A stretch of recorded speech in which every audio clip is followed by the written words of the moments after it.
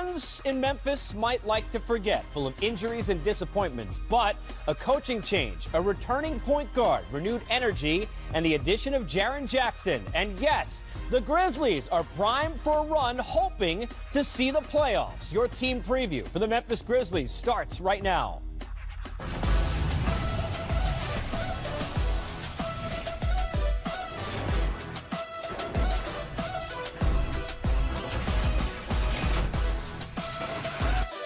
Welcome inside our studios here in Atlanta. It is your team preview for the Memphis Grizzlies. Over the next 30 minutes, we'll put up 10 points and break down this coming season A to Z. To help me do it, we've got the czar, Mike Fratello, Tough Juice himself, Karan Butler. Tough last year to see Mike Conley go through this. Tough from the outside, not as tough as it was for Mike. I had never been in that situation before. I've never missed a season, especially that many games. And to watch my team go from being a contending team, playoff caliber team, to fighting in a lottery position wasn't something that I had dreamed of last year's season and how it would have went. But the recovery season has been great. Off season has been efficient. We've gotten stuff done quicker than we even expected, and I've been healing at a very fast rate, and now I feel like I'm ready to go and ready for training camp.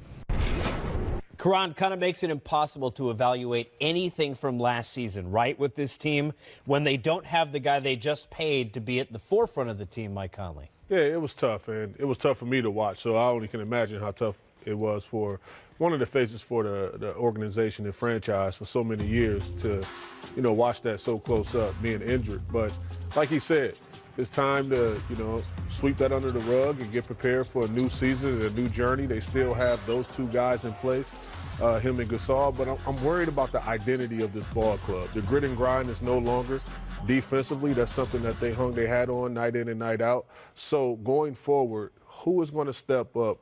Who are the somebodies that's going to step up in a major way to get them back on the right page? Coach, much easier for things to look like they're in disarray when you don't have your floor general.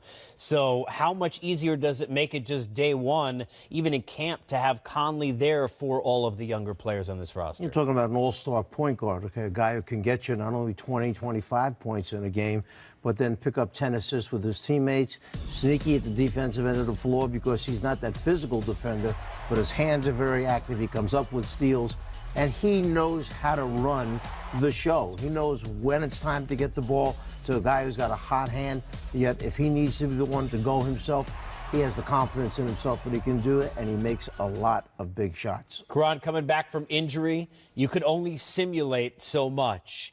What do we learn when we get through the first couple of weeks of the season about Mike Conley getting to that NBA speed, regardless of how much he's worked out to get there? Well, it's important to watch in the first 10 to 15 games to see him get adjusted and acclimated back to the team and the personnel, because there's a lot of different faces, and it's a new coach. But, the pace of the game. Now, I think once you get out there and get, acclimated to the pace of the game and the field, and you having the ball in your hand, dictating a lot of things from an offensive standpoint, then we could be able to, predict a little better on what the foresight or foreseeable future look like for this team. Coach, what do you look for when you see a player coming back from injury out there on the floor? What are you watching that the fans should watch of the Grizzlies first couple of weeks of the season to see whether or not this is really the real Mike Conley? Well, he missed 70 games last year with that heel injury. Wow. That's a lot of games, 70. And I would think that there are some restrictions that the doctors are going to put on how many minutes he's allowed to play. There may be certain drills that right now the doctors don't want him to do in practice. Yep. So depending on what the doctors say, combining that with the coaching staff, putting restrictions on certain things, you may see Mike Conley not doing everything that we're used to seeing in his repertoire until he gets into 5, 6, 7 games, starts to feel comfortable once again, because he did miss a lot of games. There's a ton of money tied up in him still.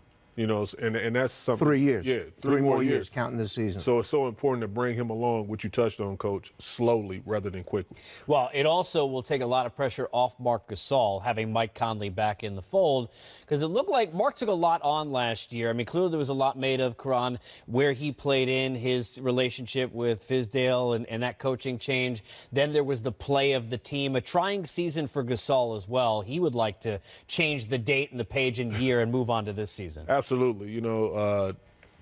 Who knows what happened with the Fizdale situation and him not being available as one of their go-to guys after being paid, handsomely. So he's one of the faces, if not the face also, him and Mike going forward with this organization. And a lot of expectations is, relied upon the shoulders of both of those guys. So they're going to have to step up in a major way. Offensively, one of the 4th worst in the league this past season. So they're going to play through them a lot, and it's going to be paramount that they find their identity with those two guys offensively. Coach Gasol, long an underrated player, I think, to many people who don't watch the game nationally, watch their own teams and watch headlines. What do you like about his game, and did you notice him slowing down last year? What you have to like about his game is this guy can not only score inside, down low with that big body, but he can face up and make shots from the perimeter. He's an excellent passer. He's going to stick his nose in there and get you 12 rebounds a night. He's very smart, high basketball IQ for Marc Gasol. But another side of this whole thing is he might be one of the big chips out there right now that if Memphis decides somewhere along the line, we're not going to get there this year, maybe this guy is traded and moved to another team because he has one more year left. It's his option, right around $25 million. So if they trade him, that other team, I'm sure, has to feel they can sign him in, put 3 or 4 more years on his contract. They get a very good piece if that happens. Like most bigs, we, Karan, now pay a lot of attention to how he shoots from the 3. He's paid a lot of attention to that over the last couple of years. Do you expect more of that as his career wears on? Maybe so the body doesn't wear down as much playing inside in the paint. Well, most importantly, the pace of the game is going to dictate a lot. And he's a guy that you want to play through as much as possible because he is still considered probably the first or second best passing big man in all of basketball, when he's rolling and when he has the rhythm. So he has to stretch his game out to the perimeter, which he has. He can hit a spot-up shot, but the pace of the game is relatively different of pass. You mentioned pace of the game. They were 28th in the NBA in pace of game. But then again, their leader with the ball in his hands was out 70 games. So is that truly what the pace of the game is for Memphis coming back with the new head coach, understanding they've got to find ways to score more points than they did a year ago? Speaking of the coach, no more tag for J.B. Bickerstaff, no more interim. Do you think he dealt with enough, Coach? There's a laundry list of what he had to deal with this team. I just put down a couple things that he had to deal with. There were a lot of injuries last year, most notably Mike Conley. Then the team was getting old. A lot of those pieces have been moved on. Then they were also getting slow as they were getting old. Then they couldn't shoot the basketball. Therefore, they also couldn't score the basketball. And then their head coach gets fired. This guy was in a tough situation taking over with the interim tag, which has now been erased. And I would have to believe that for management to name him as the head coach, they must feel he has a pretty good relationship with the 2 stars of that team. I was going to say, from a player standpoint, is it clear, considering it seemed like, let's be fair, the relationship between Marc Gasol and David Fizdale was part of the reason why that fizzled out, to say then, hey, look, the relationship must be good if they went back and said, hey, look, JB's the guy moving forward. Absolutely, but you just gave the recipe for disaster. Can't score. 22 wins. That is terrible.